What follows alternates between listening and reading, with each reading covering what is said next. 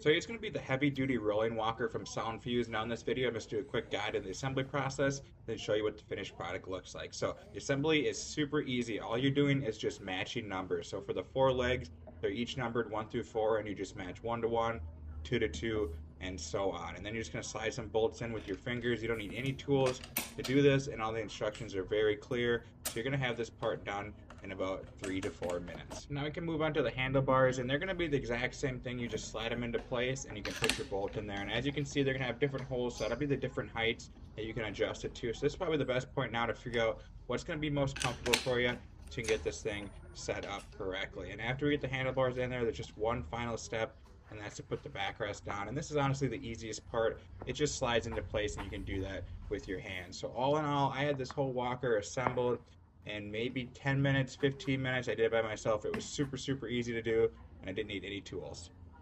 And here's what the finished product looks like. So this was super easy to put together like I showed you. I love the handles.